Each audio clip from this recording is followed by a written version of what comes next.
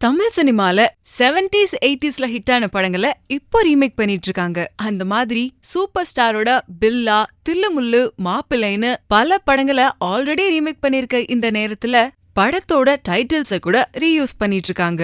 80sல வெளிவந்த காக்கி சட்டை படத்தோட டைட்டில இப்போ சிவகார்த்திகேயனோட படத்துக்காக பல லட்சம் கொடுத்து வாங்கினாங்களாம். அதே மாதிரி நம்ம சூப்பர் ஸ்டார் அண்ட் ராதா நடிச்சு 80sல சூப்பர் ஹிட்டான படம் பாயும் புலி. அந்த டைட்டில விஷால் இப்போ வாங்கியிருக்காரு. சுசீந்திரன் டைரக்ஷன்ல விஷால் நடிக்க போற படத்துக்கு பாயும் புலி தான் டைட்டில்னு இப்போ அபிஷியலா அனௌன்ஸ் பண்ணிருக்காங்க.